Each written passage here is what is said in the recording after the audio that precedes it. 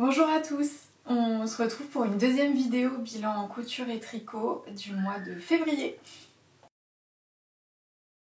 Je vais commencer par la partie couture comme la dernière fois, j'espère que ça vous va que je fasse une partie couture et tricot.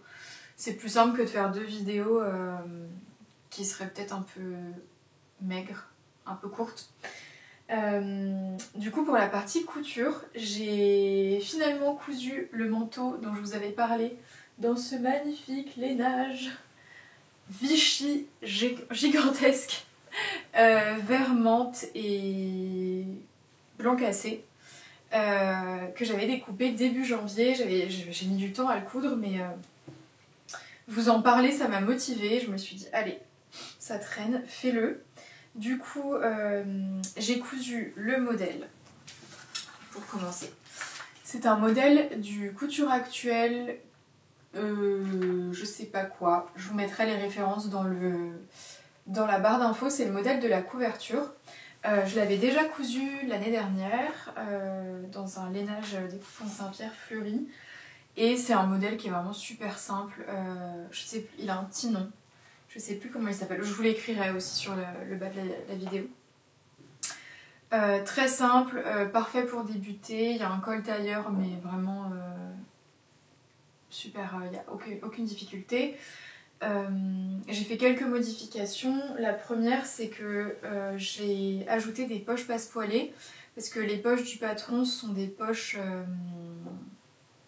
qui sont prises dans la couture côté. Moi j'aime pas trop les poches, puis je trouve que ça habille un manteau quand même des poches qu'on voit disons. Donc j'ai fait des poches passe-poilées, j'en avais déjà fait aussi sur mon ancienne version donc j'ai juste refait les mêmes. Et j'ai utilisé pour le fond de poche une chute de jersey, donc c'est tout doux et ça tient bien chaud aux mains. J'avais fait ça aussi pour la première version, j'avais utilisé de la polaire assortie et j'avais vu cette idée sur le compte Instagram de Blooming Sewing, donc Julie si tu passes par là. Je ne pense pas mais bref merci à Julie pour cette idée, cette brillante idée, surtout quand on a souvent froid aux mains comme moi. Pour réaliser des poches passe-poilées comme ça, il y a plein de tutos sur YouTube hein, si jamais vous voulez en ajouter un patron qu'on n'a pas, c'est vraiment pas compliqué. Et la deuxième modification, c'est que j'ai fait une surpiqûre sur tout le col et le long du milieu devant pour lui donner un petit peu de structure. J'allais dire, je vais peut-être vous le montrer sur cintre, ça rendra plus... Enfin, ça rendra mieux parce que là, on se rend pas trop compte. J'avais peur en fait que dans ce tissu, ça fasse un petit peu peignoir ou couverture, comme dit ma mère. Tandis que là, je vais même le fermer, tiens. Voilà, ça fait un peu plus habillé. Donc je l'adore. Je peux pas vous le montrer entier parce qu'il arrive je pense qu'il arrive au genou. J'ai aussi raccourci les manches qui étaient vraiment trop longues pour moi.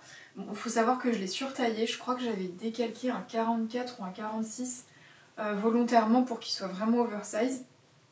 Mais j'adore parce qu'il a des coutures d'épaules, enfin il a des épaules tombantes, il est vraiment large, il est droit en fait, la découpe est droite, c'est un basique, il est ultra simple. Le dos est tout simple aussi, il n'y a pas de découpe, il n'y a rien. Alors je sais pas du tout ce que j'ai fichu, j'ai fait mes raccords sur le milieu devant, mais je les ai pas fait sur les coutures côté. Je sais pas pourquoi, ça me ressemble pas du tout, je fais tout le temps mes raccords, donc je devais être fatiguée quand je l'ai découpé, mais bon comme ça fait 2 mois, j'ai aucun souvenir. Quoi qu'il en soit, je l'adore. J'ai utilisé pour la doublure un satin de viscose. C'est hyper cool le satin de viscose parce que ça glisse autant qu'un satin de polyester, pardon, mais ça ne fait pas transpirer. Et je sais pas pourquoi, il y a des traces. J'ai quelque chose qui a dû déteindre dessus, je sais pas si ça se voit, bon, enfin, peu importe. Comme du rouge, enfin c'est bizarre, je porte même pas cette couleur. Je sais pas ce qui s'est passé. On s'en fiche. C'est la doublure, ça se lave. J'ai ajouté un petit crochet, là, une petite attache pour pouvoir le suspendre parce que j'ai pas de quoi suspendre mes manteaux sur des cintres. Ils sont sur des petits crochets quoi. Et j'en avais pas mis sur mon dernier manteau, ça me manque beaucoup, il tombe tout le temps. Et j'ai utilisé une étiquette, je sais pas si vous verrez, il est écrit original en version française. C'est une étiquette, le gang des makers. Je crois qu'elle, enfin c'est pas je crois, c'est sûr, elle a arrêté ses étiquettes. C'était chez elle que j'achetais mes étiquettes essentiellement, enfin que j'ai commencé en tout cas, j'ai trouvé trop cool. Du coup je lui en avais pris avant qu'elle arrête. Et j'aime bien mettre une petite étiquette, ça finit le vêtement, ça fait toujours plaisir. Pour les boutons, j'ai utilisé des boutons, des gros boutons en nacre blanc, forcément, qui viennent de chez Emmaüs. Et pour le bouton à l'intérieur, j'ai utilisé un vieux bouton tout moche que personne ne verra. Je sais pas, qu'on a dû me donner, que j'ai récupéré du stock de ma mère ou de ma grand-mère, je sais pas. Donc voilà, je l'adore, il est ultra chaud, il est tout doux, ça met de la couleur, ça change des couleurs d'hiver, donc je suis hyper contente de ce manteau. Et ça me fait plaisir de reporter un peu de couleur parce que l'automne-hiver, là j'ai cousu des couleurs assez automnales et en fait ça me manque les couleurs vives. Donc voilà pour le manteau. Je passe au second projet dont je vous avais parlé dans ma dernière vidéo, c'était la robe Angela en maille. Donc la robe Angela, c'est un de mes patrons qui est prévu pour du chêne et trame au départ. C'est une robe qui a un buste qui s'arrête sous la poitrine et qui est froncé, donc ça met bien en valeur la poitrine et en fait après c'est assez ajusté. La jupe elle est composée de 11 pans, 5 devant, 6 derrière pour vraiment sculpter la silhouette et suivre les courbes. J'adore ce patron, mais forcément c'est moi qui l'ai fait, mais j'ai quelques clientes qui m'avaient envoyé une inspiration Cézanne d'une robe en maille dont la coupe ressemblait pas mal à la robe Angela.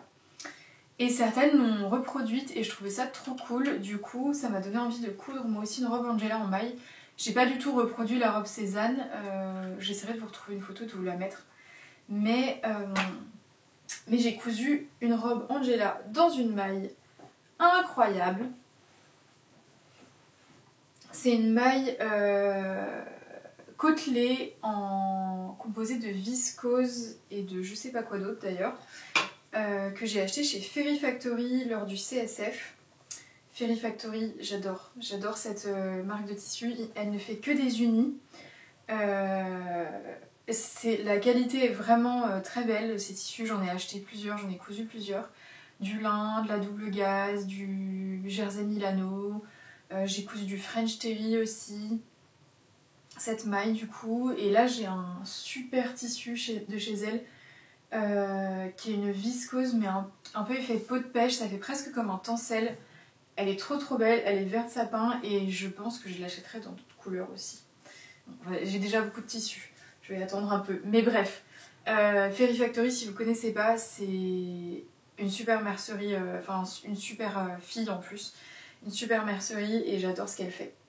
Donc voilà, du coup cette viscose elle est super confortable, faut que j'arrête de dire super, très extensible, très douce, pour pas dire super douce, et elle est écrue, je l'aime beaucoup.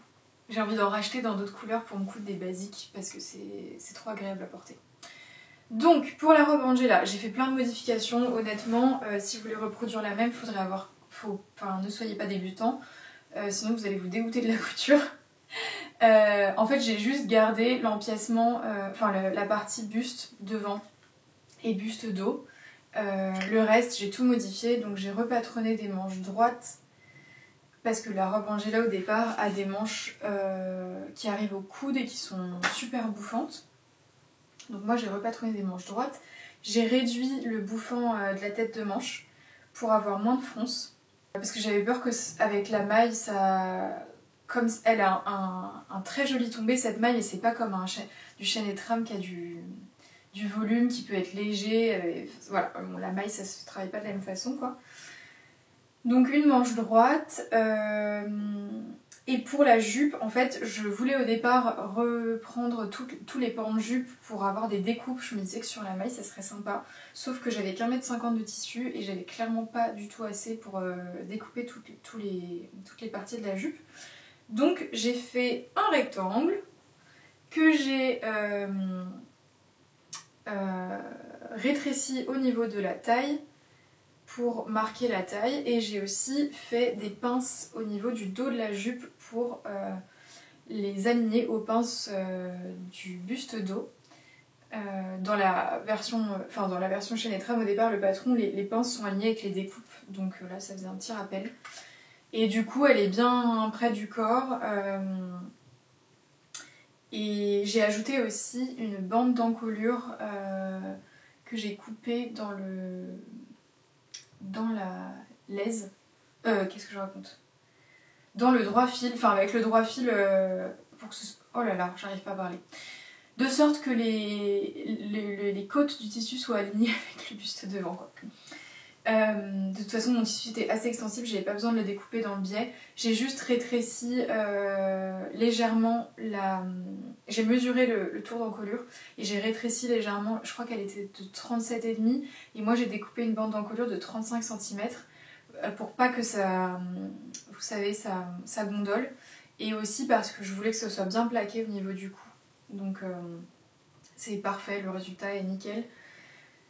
Donc voilà, je l'adore.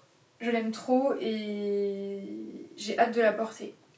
Je pense la porter avec des petites baskets camel ou des bottines. Avec des bottines, ça peut être sympa aussi. Et voilà. Je vous laisse des photos que j'aurai certainement déjà mises ou vidéos. On va voir ce que je fais. Je les ai pas encore faites. On verra. Voilà pour la robe Angela. Et pareil, en fait, j'ai mis la même étiquette. Je m'en suis même pas rendu compte. La même étiquette, le gang des makers original. Ensuite, je vous avais dit que je travaillais sur un patron que je n'avais jamais réalisé, enfin que je n'avais jamais commercialisé pour le mois de mars. Et c'était une veste au départ. Pour la petite histoire...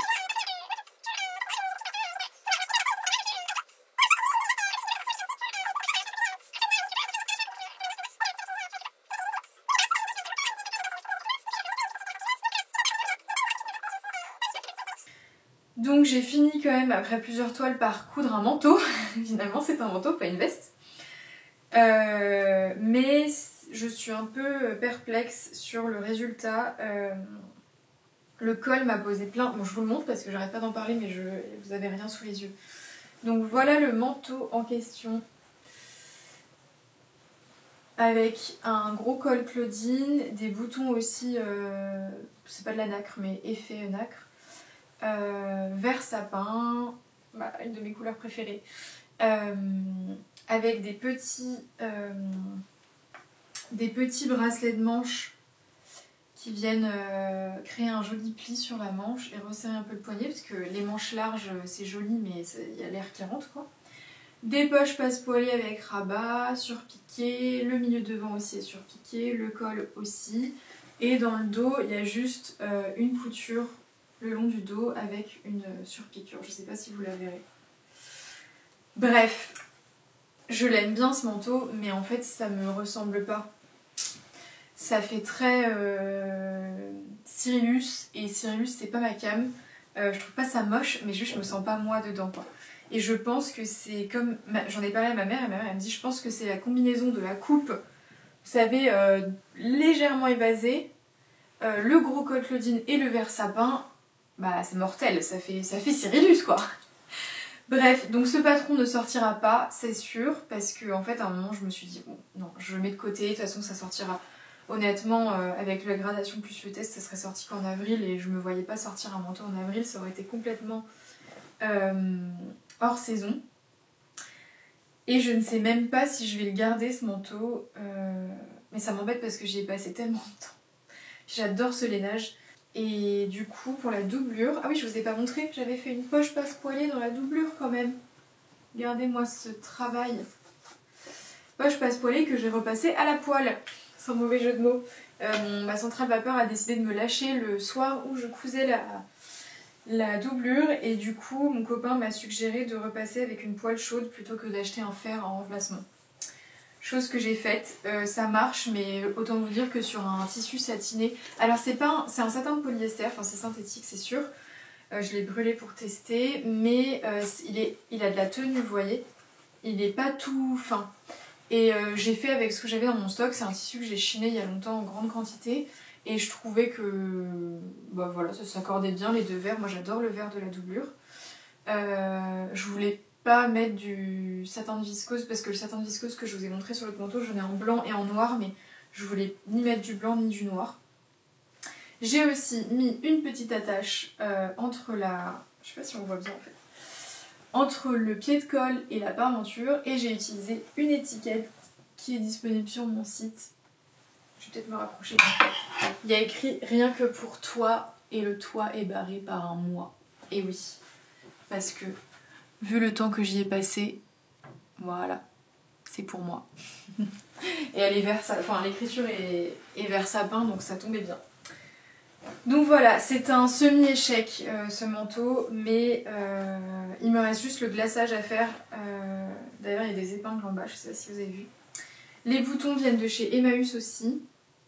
C'est du bouton blanc classique. Voilà pour ce manteau. Mais je me suis pas laissée abattre. J'ai quand même bossé sur un patron qui sortira en avril du coup, que je ne vous montre pas dans cette vidéo.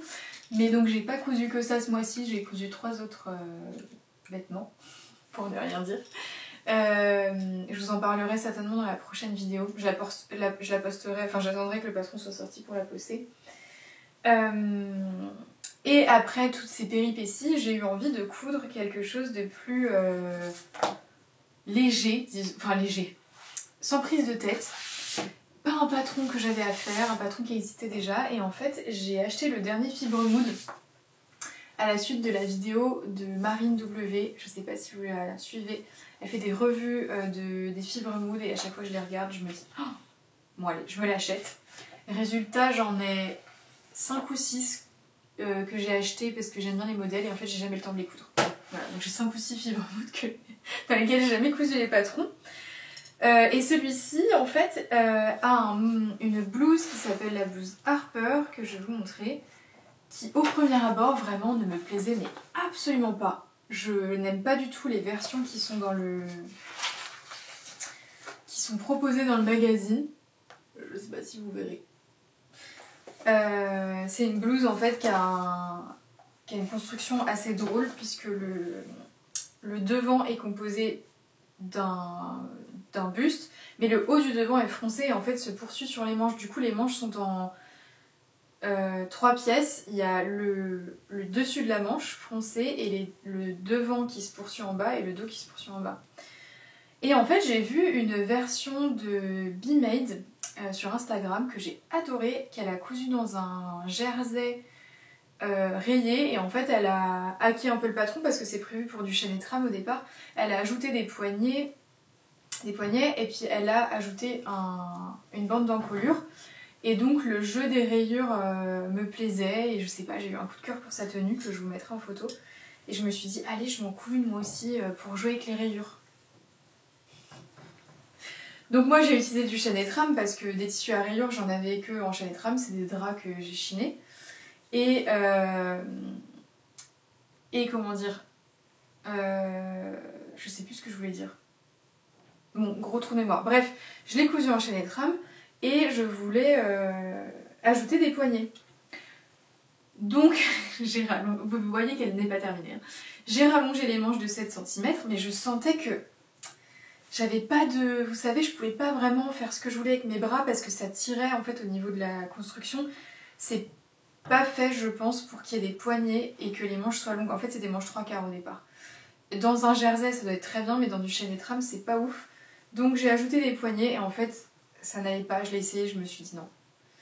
Ça va pas, je sais pas ce qui va pas, mais je m'arrête parce que ça me saoule. C'était censé être un projet détente et en fait, ça m'a pris la tête. Donc elle n'est pas terminée. Pour l'instant, elle va rester comme ça parce que j'ai pas envie de la reprendre.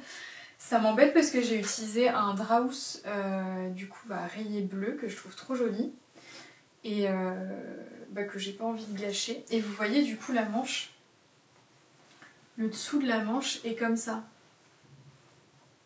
Je sais pas si on va voir. Le dos, le devant et le dessus de la manche qui fait une seule pièce en fait là. Il n'y a pas de couture d'épaule. Bref, la construction est hyper cool. Du coup, je reprends. J'ai été coupée par un appel de ma mère. Je sais plus ce que je disais, mais je pense que j'avais terminé. Vous avez compris le truc. Donc cette petite blouse, elle va rester en pause pour le moment. Et peut-être que je réessayerai de la coudre dans un jersey pour le coup à rayures si j'en trouve un. J'en ai pas du tout dans mon stock.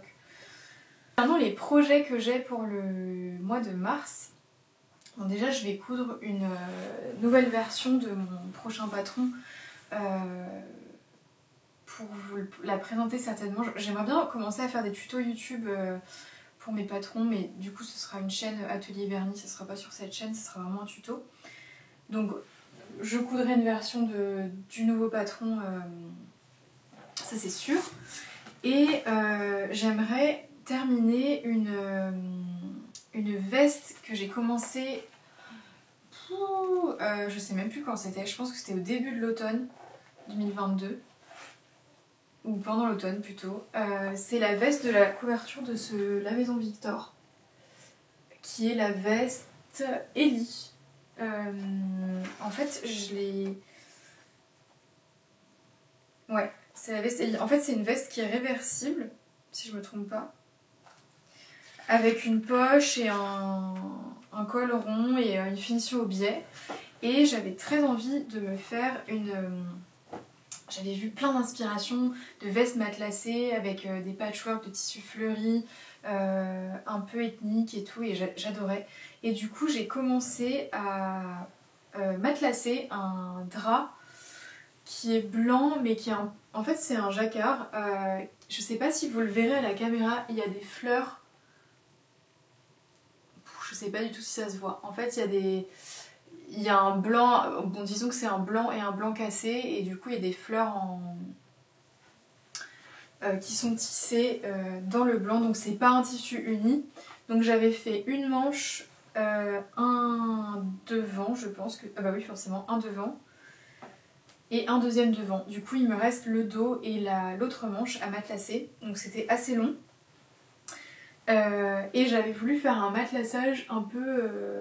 qui change un peu, quoi, pas juste des carreaux ou des rayures. Donc vous voyez, c'est des grands carreaux qui se croisent et qui forment des petits carreaux. Voilà, je trouvais ça sympa de changer. Et du coup, pour l'autre côté de la veste, je voulais la faire dans ce tissu fleuri, qui est déjà découpé d'ailleurs, je me souvenais pas, qui est un drap pareil que j'ai chiné. Oh, je le trouve magnifique. J'adore les imprimés peintures de fleurs. Impressionniste, un peu, j'adore. Donc celui-ci, je l'aime énormément. J'adore les couleurs. Et ah oui, j'avais tout découpé, vous voyez, je me souvenais même pas. Et en fait, je voulais réaliser le biais dans ce coton vert, pareil, qui est je crois que c'est un Draus. Donc vous voyez, ça aurait fait une jolie combinaison de couleurs et de textures, sachant que du coup ce tissu là ne sera pas matelassé puisque du coup il sera de l'autre côté, donc puis je trouve que le motif se suffisait lui-même, j'avais pas envie de le matelassé. Donc j'aimerais bien finir ce projet en mars, ça me ferait plaisir de tourner la page sur des trucs qui traînent parce que j'aime pas ça. Sinon, comme autre projet, j'aimerais beaucoup me coudre une jupe fleurie, en viscose de préférence pour avoir de la fluidité. Et j'avais trop envie de commander un tissu, mais je me suis dit, allez non, utilise tes... Enfin c'est pas encore fait, hein, mais pour l'instant je me dis que ça serait bien que j'utilise ce que j'ai en stock. Mais j'ai pas de viscose fleurie très printanière, j'en ai beaucoup de foncé. À part celle-là, qui a un fond noir, mais qui est ultra bariolée, donc je vous la montre de près. Voilà, c'est un crêpe que j'avais acheté chez Coupon Généreux. Elle a un site internet maintenant, avant je crois que c'était que sur Instagram. Et en fait, quand je l'ai reçu, j'ai flashé dessus quand je l'ai vu sur son Insta, et quand je l'ai reçu, je me suis dit oh, est-ce que c'est pas trop coloré pour moi? Du coup, je l'ai toujours pas cousu. Je l'avais commandé, je crois, en octobre ou en novembre. Et en fait, je trouve que ça s'accorde très bien avec mes 2 projets tricot finis dont je vous parlerai tout à l'heure. Et je me dis qu'une petite jupe colorée avec des bottines ou des baskets ou même des sandales du coup plus tard, ça pourrait être cool. Et comme patron, j'ai pensé à la jupe Florence de Tres Coquelicot que j'ai vue sur Happy as the Bee. J'avais adoré le tomber de cette jupe, elle a l'air super simple en plus. Et comme j'ai pas envie de m'embêter à faire un patron et que celui-ci me plaît, je pense que j'utiliserai ce patron-là. Donc voilà, on verra.